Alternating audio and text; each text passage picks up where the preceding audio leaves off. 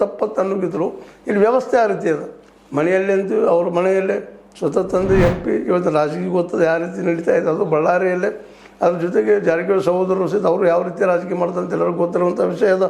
ಹೀಗಾಗಿ ಏನಾಗಿಬಿಟ್ಟದಪ್ಪ ಅಂದ್ರೆ ಇವ್ರಿಗೆ ಈ ಒಂದು ಭಯ ಅನ್ನುವಂಥದ್ದು ಅಥವಾ ಒಂದು ಇಷ್ಟಪ್ಪ ನಮ್ಮ ಲಿಮಿಟ್ ಅನ್ನುವಂಥದ್ದು ಇಲ್ಲದಕ್ಕಾಗಿ ಇವರು ಏನಪ್ಪ ಅಂದ್ರೆ ತಮ್ಮ ಶಕ್ತಿಗೆ ಮೀರಿ ದುಡ್ಡನ್ನು ಗಳಿಸೋ ಜೊತೆಗೆ ತಮ್ಮ ಆದಾಯಕ್ಕೆ ಮೀರಿ ಹೆಚ್ಚಿನ ದುಡ್ಡು ಗಳಿಸೋದು ವಿದೇಶಿ ವಿನಿಮಯ ಕ್ರಿಪ್ಟೋ ಕರೆನ್ಸಿ ಮೂಲಕ ಸಹಿತ ದುಡ್ಡನ್ನು ಅಕ್ರಮವಾಗಿ ವಿದೇಶಗಳಿಗೆ ಕಳಿಸಿದ್ದಾರೆ ಅನ್ನುವಂಥ ಮಾತು ಕೇಳಿ ಬರ್ತಾ ಇದ್ದಾವೆ. ಹೀಗಾಗಿ ಇದು ಅಷ್ಟು ಸುಲಭವಾಗಿ ಬಗೆಹರಿಯುವಂಥ ಕೆಲಸ ಅಲ್ಲ. ಇರ್ಬೋದು ಇಂದಿನ ನಾಳಿದು ಅವ್ರು ಹೊರಗೂ ಬರ್ಬೋದು ಇಲ್ಲ ಅಂತಲ್ಲ. ಯಾಕಂದ್ರೆ ರಾಜಕೀಯ ಪ್ರಭಾವ ಅಷ್ಟೊಂದು ಅದ. ಯಾಕಂತಂದ್ರೆ BJPಯಲ್ಲೂ ಅವರಿದ್ದಾರೆ, ಕಾಂಗ್ರೆಸ್ನಲ್ಲೂ ಅವರಿದ್ದಾರೆ. ಕಾಂಗ್ರೆಸ್ನಲ್ಲೂ ಸಹಿತ ಅವ್ರಿಗೆ ಅಷ್ಟು ತೀವ್ರವಾಗಿ ಅವ್ರು ವಿರೋಧ ಮಾಡುವಂಥವ್ರು ಇಲ್ಲ. BJPಯಲ್ಲೂ ಸಹಿತ ಇಬ್ಬರು ಇವತ್ತು ಶಾಸಕರಿದ್ದಾರೆ, ಅವರು ಸಹಿತ ಪ್ರಭಾವಿಯಾಗಿದ್ದಾರೆ. ಹೀಗಾಗಿ ಈ ಕೇಸು ಆದಷ್ಟು ದೊಡ್ಡ ಮಟ್ಟಕ್ಕೆ ಹೋಗಿ ಎನ್ಕ್ವೈರಿಯಾಗಿ ಇವ್ರಿಗೆ ಶಿಕ್ಷೆ ಆಗ್ತದೆ ಅಂತ ಹೇಳಲಿಕ್ಕೆ ಸಾಧ್ಯ ಇಲ್ಲ. ಬಟ್ ಇದರಿಂದಾಗಿ ರಾಜಕೀಯವಾಗಿ ಒಂದಿಷ್ಟು ಇವರೆಲ್ಲ ಹಿನ್ನಡೆ ಆಗುವ ಸಾಧ್ಯತೆಗಳು ಆಗಿದಾವೆ ಅನ್ನುವಂಥದ್ದನ್ನು ಆಗ್ತಾವೆ ಅನ್ನುವಂಥದ್ದನ್ನು ಈ ಸಂದರ್ಭದಲ್ಲಿ ತಿಳ್ಕೊಬೇಕಾಗಿದೆ.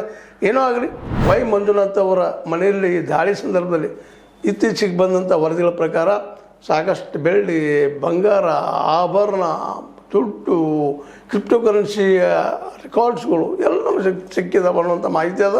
ಇನ್ನು ಮುಂದೆ ಅದು ಏನೇನು ಮಾಡ್ಬೋದು ಇಡಿ ಅಂತ ಗೊತ್ತದ. ಇದು ಇಲ್ಲಿವರೆಗೆ ಒಂದು ಆರೋಪಿತು ಸಹ ವಿರೋಧ ಪಕ್ಷ ಮಾಡುವಂಥದ್ದು.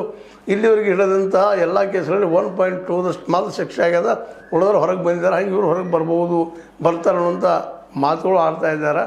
ಆದರೆ ಇಲ್ಲಿ ಒಂದು ನಾವು ಗಮನಿಸಬೇಕಾಗಿತ್ತು, ಇದು ರಾಜಕೀಯ ಪ್ರೇರಿತ ಅನ್ನೋಕ್ಕಿಂತಲೂ ಅವರ ಜೊತೆ ಕೆಲಸ ಮಾಡುವಂಥ ವ್ಯಾಪಾರಿಗಳು, ಆ ವ್ಯಾಪಾರಿಗಳ ಬಾರ್ ವ್ಯವಹಾರ, ಆ ಜನ ಎಲ್ಲ ಡಾಕ್ಯುಮೆಂಟ್ ಕೊಟ್ಟಿದ್ದರಿಂದಾಗೆ, ಅದರಲ್ಲೂ ಮುಖ್ಯವಾಗಿ ವಿದೇಶಿ ಹಣದ ಬಗ್ಗೆ ಡಾಕ್ಯುಮೆಂಟ್ ಕೊಟ್ಟಿದ್ದರಿಂದಾಗೆ ಇದು ಉಳಿದ ಕೇಸುಗಳಷ್ಟು ಸುಲಭವಾಗಿ ಬಗೆಹರಿಲಿಕ್ಕಿಲ್ಲ.